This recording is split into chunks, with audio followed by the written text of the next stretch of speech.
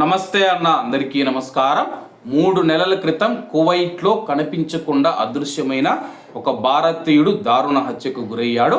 వివరాల్లోకి వెళితే 3 నెలల క్రితం కువైట్లో అదృశ్యమైన ఒక భారతీయుడు హత్యకు గురయ్యాడు. అతని మృతదేహాన్ని సాల్మే ఎడారి ప్రాంతంలో పాతిపెట్టినట్లు కువైట్ క్రిమినల్ ఇన్వెస్టిగేషన్ విభాగం సిఐడి అధికారులు కనుగొన్నారు.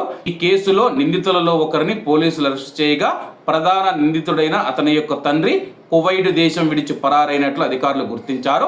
పోలీసులు తెలిపిన వివరాల ప్రకారం ఈ ఏడాది మార్చి 19న సదరు భారతీయుడు కనిపించడం లేదంటూ పోలీసులకు ఫిర్యాదు అందింది. రంగంలోకి దిగిన సిఐడి అధికారులు దర్యాప్తు ప్రారంభించారు. సాంకేతిక ఆధారాలు, ట్రాఫిక్ నిఘా కెమెరాలు, సీసీటీవీ ఫుటేజ్లను పరిశీలించగా మార్చి 19న బాధితుడు హెవీ ఎక్విప్మెంట్, భారీ యంత్రాల మరమ్మతుల కోసం యజమానితో కలిసి సాల్మే ఎడారి ప్రాంతాలకి వెళ్ళినట్లు తేలింది. ఎడారి వైపు వెళ్ళేటప్పుడు వాహనంలో ఇద్దరు ఉండగా తిరిగి వచ్చేటప్పుడు మాత్రం సదరు యజమాని ఒక్కడే వాహనంలో రావడంతో కెమెరాల్లో రికార్డ్ అయ్యింది.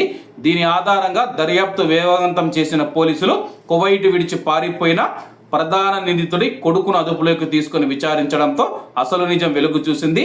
పని ప్రదేశంలో క్రేన్ కూలిపోవడంతో బాధితుడు భారతీయుడు అక్కడికక్కడే మరణించాడని, అయితే ఆ ప్రమాదం పైన వచ్చే చట్టపరమైన ఇబ్బందుల నుంచి తప్పించుకోవడానికి తామిద్దరం కలిసి మృతదేహాన్ని ఎడారిలోకి తీసుకువెళ్లి పాతిపెట్టామని నిందితుడు అంగీకరించాడు. నిందితుడు చూపించిన గుర్తుల ఆధారంగా క్రిమినల్ ఎవిడెన్స్ ఫైర్ డిపార్ట్మెంట్ అధికారుల సహాయంతో పోలీసులు భూమి నుంచి మృతదేహాన్ని వెలికి తీశారు.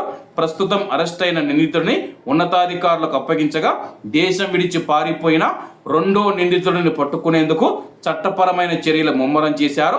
కాగా మరణించిన వ్యక్తి మరియు నిందితులు భారతదేశంలోని ఏ రాష్ట్రానికి చెందిన వారని చెప్పేసి ఇంకా అధికారికంగా స్పష్టత రాలేదన్నమాట.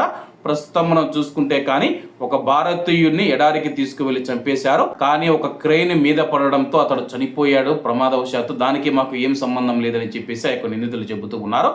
మరి పోలీసులు దర్యాప్తు పూర్తి చేసిన తర్వాత దీనిపైన స్పష్టత వచ్చే అవకాశం ఉంది. కాబట్టి అందరూ బాగుండాలి, అందులో మనం ఉండాలి. అందరికీ నమస్తే అన్న, జై హింద్.